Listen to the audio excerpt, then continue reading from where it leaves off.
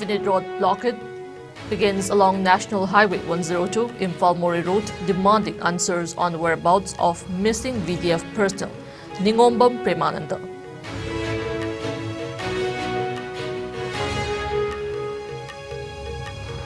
Finance Minister Nirmala Sitharaman presents Union Budget for 2023-24 in Parliament, says economic growth in current year is estimated to be at 7%.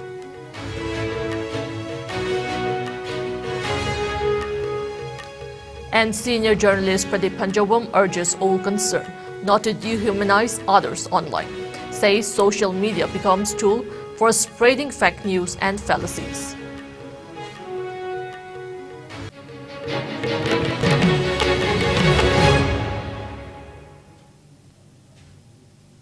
Hello, you're watching IS English News. Before we begin, IS News would like to remind our viewers to practice physical distancing and hygiene, wear masks, protect yourself, and get vaccinated to ward off COVID-19. I'm JESSIA OINAM giving you the news in detail. Members of Joint Action Committee of Missing of Ningombam Premananda, JESSIA, backed by locals, began an indefinite road blockade agitation at Taubal Wangmataba, Okram area along National Highway 102 Imphal-Mori Road, demanding answers on whereabouts of missing VDF personnel Ningombam Premananda today. The blockade badly affected the transportation between Imphal and the border town of Mori. Police personnel were also deployed at the area to prevent any untoward incidents. Taking part in the protest, JESSIA convener and Wanglen warned to continue and even intensify their agitation until the demand is fulfilled.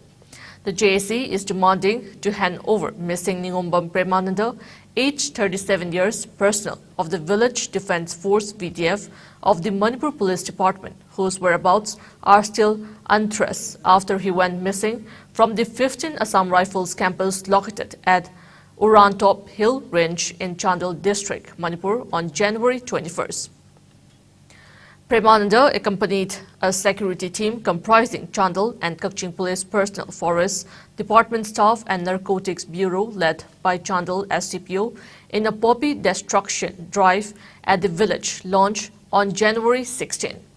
Premananda, son of Dina of Taubal Okram, has a wife and 2 kids, a daughter and a son. His VDF number is 706. Using drones and manpower, the search operation were launched by a combined team led by Additional SP Wangkhomba, Additional SP Amarjit, SDPO Chandel, Commando Taubal, and 15 Assam Rifles at M.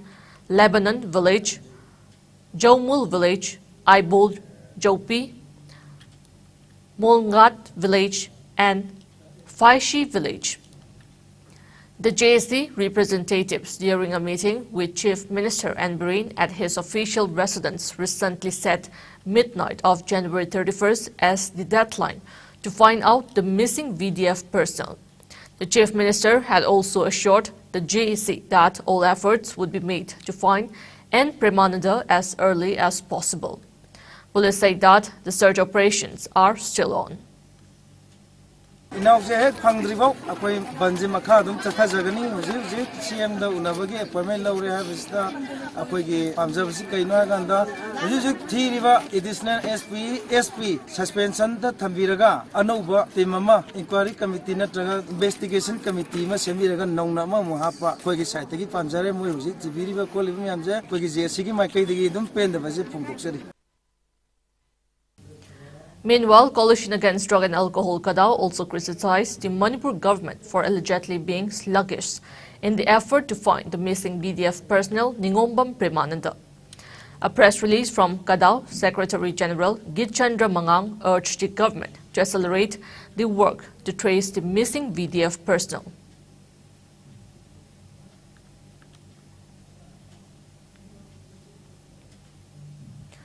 Finance Minister Nirmala Sitharaman presented the Union Budget for 2023-24 in Parliament today. She said that Indian economy is on the right track and is heading towards a bright future despite challenging times. Sitharaman said the economic growth in the current year is estimated to be at 7%. The Finance Minister announced that the capital investment outlay will be increased by 33% to rupees 10 lakh crore, which would be 3.3% of GDP. To spur investment in infrastructure, Sitharaman said the government has decided to continue the 50-year interest-free loan to state governments for one more year to incentivize them for complementary policy actions with a significantly enhanced outlay of 1.3 lakh crore rupees. Focusing on the agriculture sector, Sitharaman said an agriculture accelerator fund will be set up to encourage agri-startups by young entrepreneurs in rural areas. The fund will aim at bringing innovative and affordable solutions for challenges faced by farmers. The Finance Minister also announced that the agriculture credit target will be increased to 20 lakh crore rupees with focus on animal husbandry, dairy and fisheries. In a further push for the government's objective of housing for all, the Finance Minister said an outlay for Pradhan Mantri Awas Yojana will be enhanced by 66% to over 79,000 crore rupees. Announcing relief for poor persons who are in prison and unable to afford the penalty or the bail amount, the Finance Minister announced that required financial support will be provided to them. The Finance Minister also announced that a capital outlay of 2.40 lakh crore rupees has been provided for the railways, highest ever outlay, about 9 times the outlay made in 2013-14.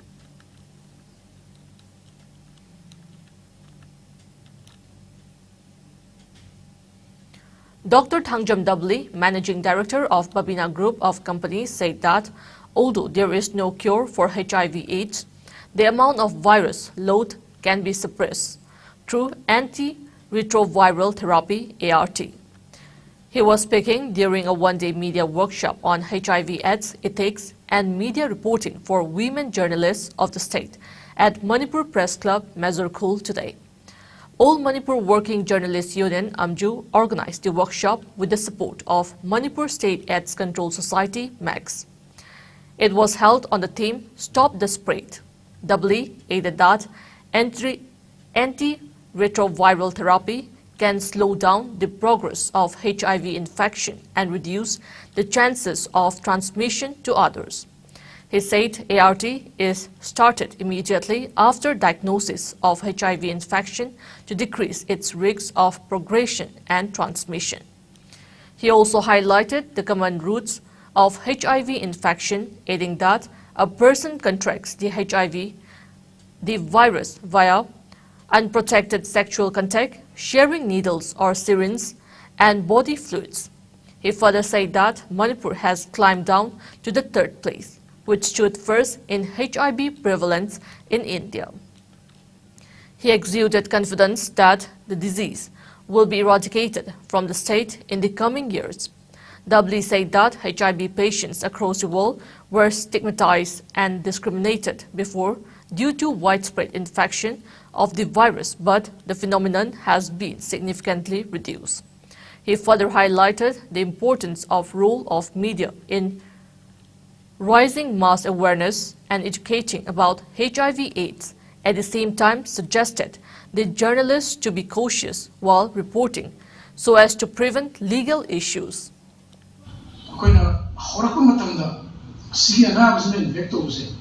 Particular group of people with all moigi habit pataba moigi maram chat pataba adu mama yam ko loina na havila na pana abu cancer na ya the question of PTT cancer patient of the brain na na to micham na high the it's not stigmatized. The AIDS test over the HIV test over the see the mechanisms in the antibody never later run.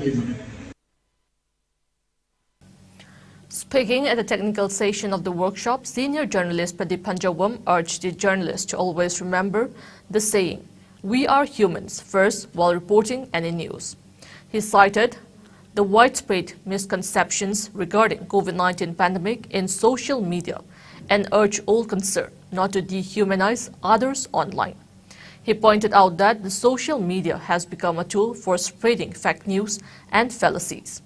He further highlighted on the reporting of HIV-related news. Pradeep further appealed to the journalists to exercise empathy in news reporting. Senior journalist Ahong Sangba Mobi also spoke on the technical session of the workshop. An interactive session was held as part of the program. AMJU President Wangkhemcha Samjoy, Mark's Assistant Director, Documentation and Publicity Panjobam Langamba, and women journalists from various both print and academic and electronic media houses attended the workshop. Maybe it's a busy city. I have a lot of money that mine local more they more like the open discussion. Yes, what of who has a profit or so. When there was the missy they have HIV, the Tanka cancer, AIDS and developed America, the majority HIV positive or AIDS not they have positive.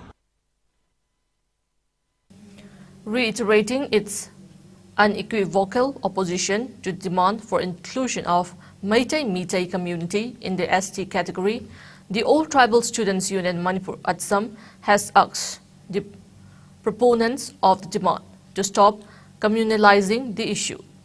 The Apex Tribal Student Body stated that it is unfortunate that of late there has been a surge in attempts by proponents of the demand to communalize the issue by driving wedge between the tribal communities that too under the very nose of the government, driven by sheer desperation of with the eye to be on the media limelight.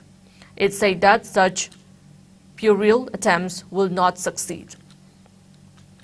Assam continued that it fails to understand why the government of Manipur is silent when so much communal overtones are overtly coming out daily from the proponents of the ST demand, while adding that instead of trying to rein them in, it seems the government is encouraging them by letting them loose.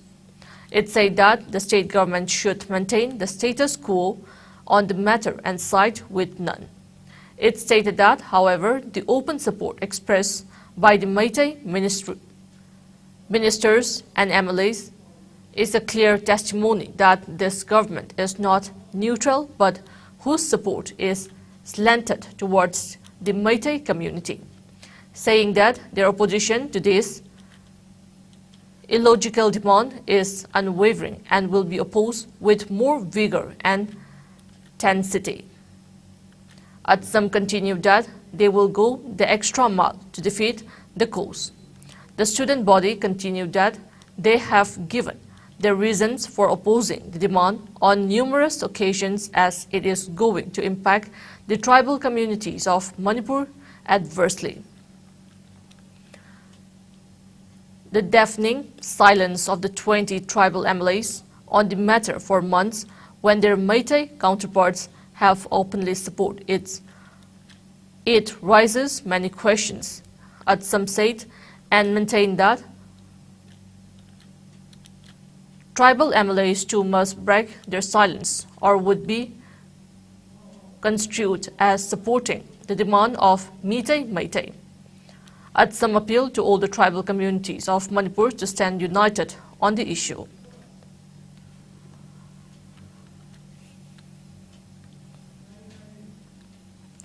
Meanwhile, India reported 111 new COVID-19 cases in the last 24 hours. The new infections took the country's total caseload to over 4.46 crore, while active coronavirus caseload has dropped to 1,783. As per the Ministry of Health and Family Welfare, the death toll stands at 5,30,740 with no new deaths.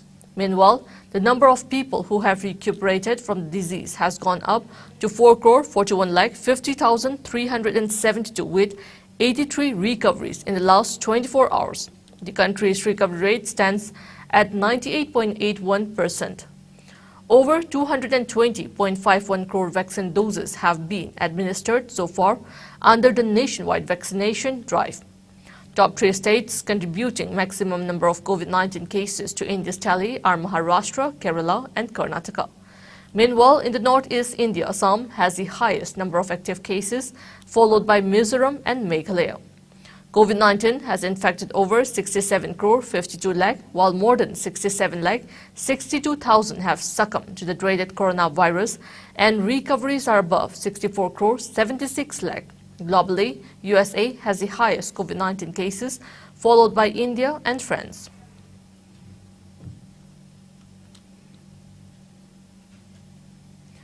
A host of Trinamool Congress stars campaigners, including prominent Trinamool Congress leaders, will be arriving in the poll-bound Tripura for campaigning. All India Trinamool Congress announced the names of star campaigners for the upcoming assembly elections today. All India Trinamool Congress President Mamata Banerjee and All India Trinamool Congress National General Secretary Abhishek Banerjee are going to arrive in the state on February 6 and 7 for the upcoming assembly elections. West Bengal Trinamool Congress President Subrata Bakshi, along with senior Trinamool Congress leader and Lok Sabha MP Sudeep Banerjee, will be campaigning in Tripura. A total of 37 star campaigners are coming to embolden and support the All India Trinamool Congress candidates in the upcoming assembly elections, along with prominent leaders of West Bengal. Polling for the elections to the 60-member Tripura Legislative Assembly will be held in a single phase on February 16. Counting of votes will be done on March 2nd.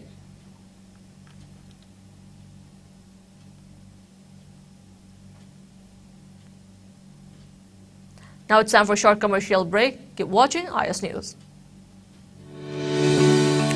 Go Aviator Academy, a complete platform for aviation aspirants, inspired by experienced professionals.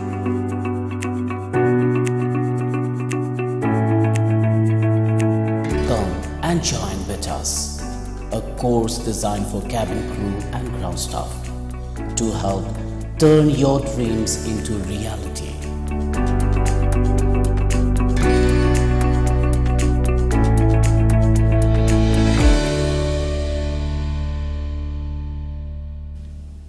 Welcome back. You're watching IS English News.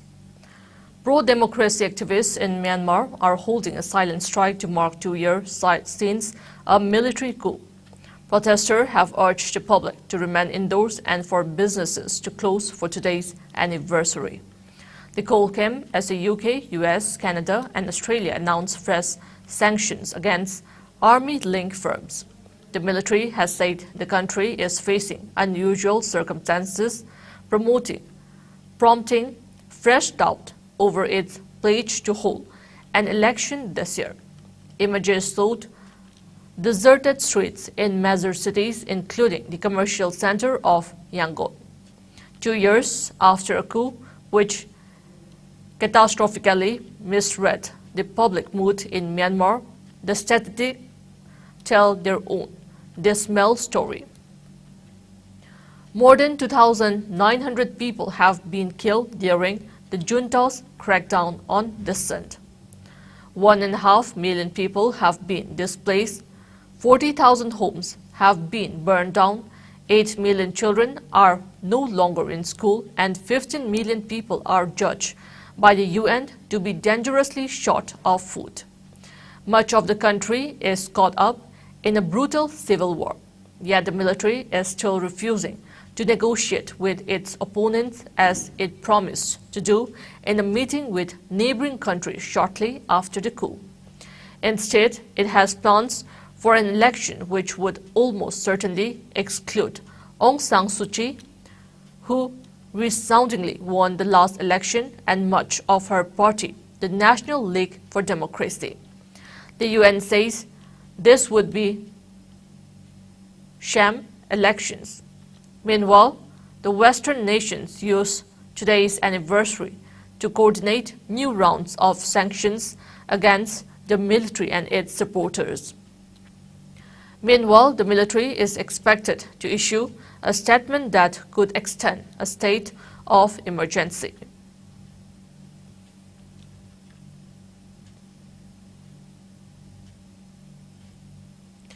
Several suspects have been arrested in connection with Monday's suicide bomb blast in a mosque in Pakistan, northern city of Peshawar, that killed more than 100 people, a media report said. Peshawar Police Chief Mohammad Azaz Khan said more arrests will take place following a major police investigation into the attack that injured another 217 people. Authorities are also investigating how the attacker entered the mosque, Khan added. Families that live in the police compound where the mosque is located are being interrogated as police cannot rule out that the attacker may have been helped by someone internally. Police suspect that 12 kilograms of explosives were used by a suicide bomber. Footage emerged of the destroyed walls of the mosque with glass windows and paneling pummeled in the powerful explosion.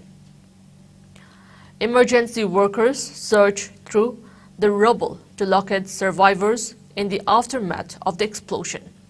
The blast Monday is indicative of the deteriorating security situation in Peshawar, capital of the respective Khyber Pakhtunkhwa province that borders Afghanistan and the site of frequent attacks by the Pakistani Taliban known as Tehreek-e-Taliban. Now we have the sports news.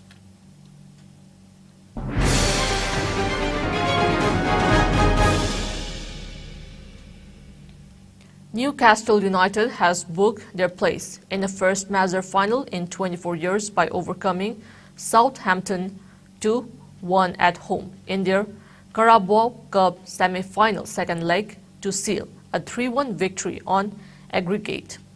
Newcastle had won the first leg 1-0 away last week with a lead strike from Joe Linton, and local man Sian Longstaff got them off to an idle start in the return by opening the scoring in the 5th minute.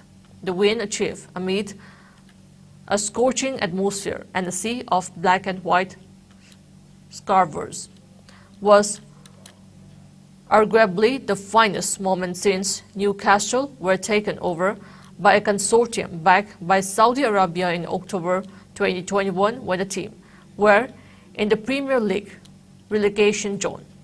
They are now third in the standings and pushing for a return to Champions League football.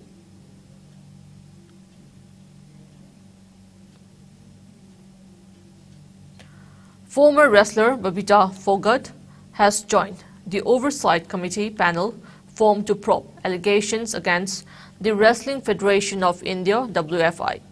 She has been added to the panel of the Oversight Committee formed by the Sports Ministry to undertake the day-to-day administration of the WFI. The Oversight Committee is also conducting an inquiry into the allegations of sexual misconduct, harassment, intimidation, financial irregularities, and administrative lapses of the WFI. Babita Fogart has become the 6th member of the Oversight Committee, which is being headed by Manipur's ace boxer Mary Kom.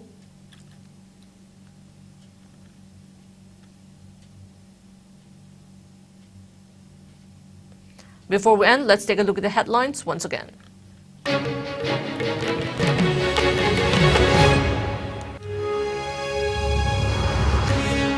Indefinite road blockade begins along National Highway 102 in Valmori Road, demanding answers on whereabouts of missing VDF personnel Ningombam Premananda.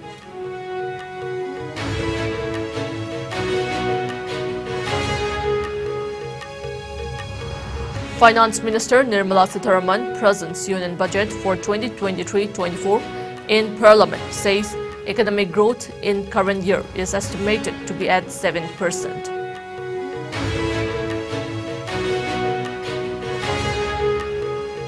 And senior journalist Pradeep Panjobam urges all concerned not to dehumanize others online, says social media becomes tool for spreading fake news and fallacies.